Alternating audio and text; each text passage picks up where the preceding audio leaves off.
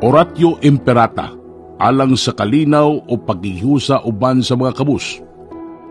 Langit nung Amahan, magbubuhat sa tanan o tuburan sa tanang grasya.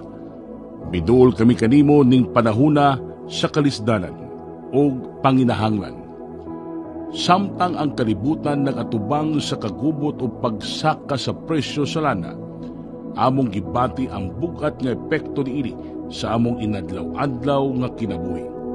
Ilabi na sa mga kabus ug huyang.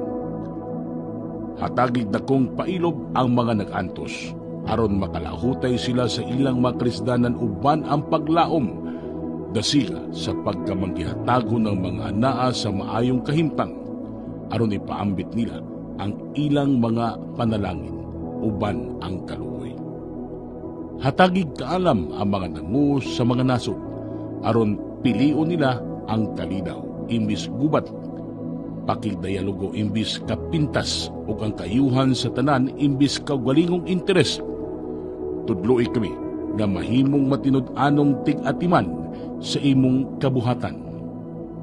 Nagamiton namo ang mga gasa o kabtangan nga maalamon, ngalikayan namo ang pag-usik-usik, ug mga makatiman kami sa usag-usa uban ang gugma o kahiusahan.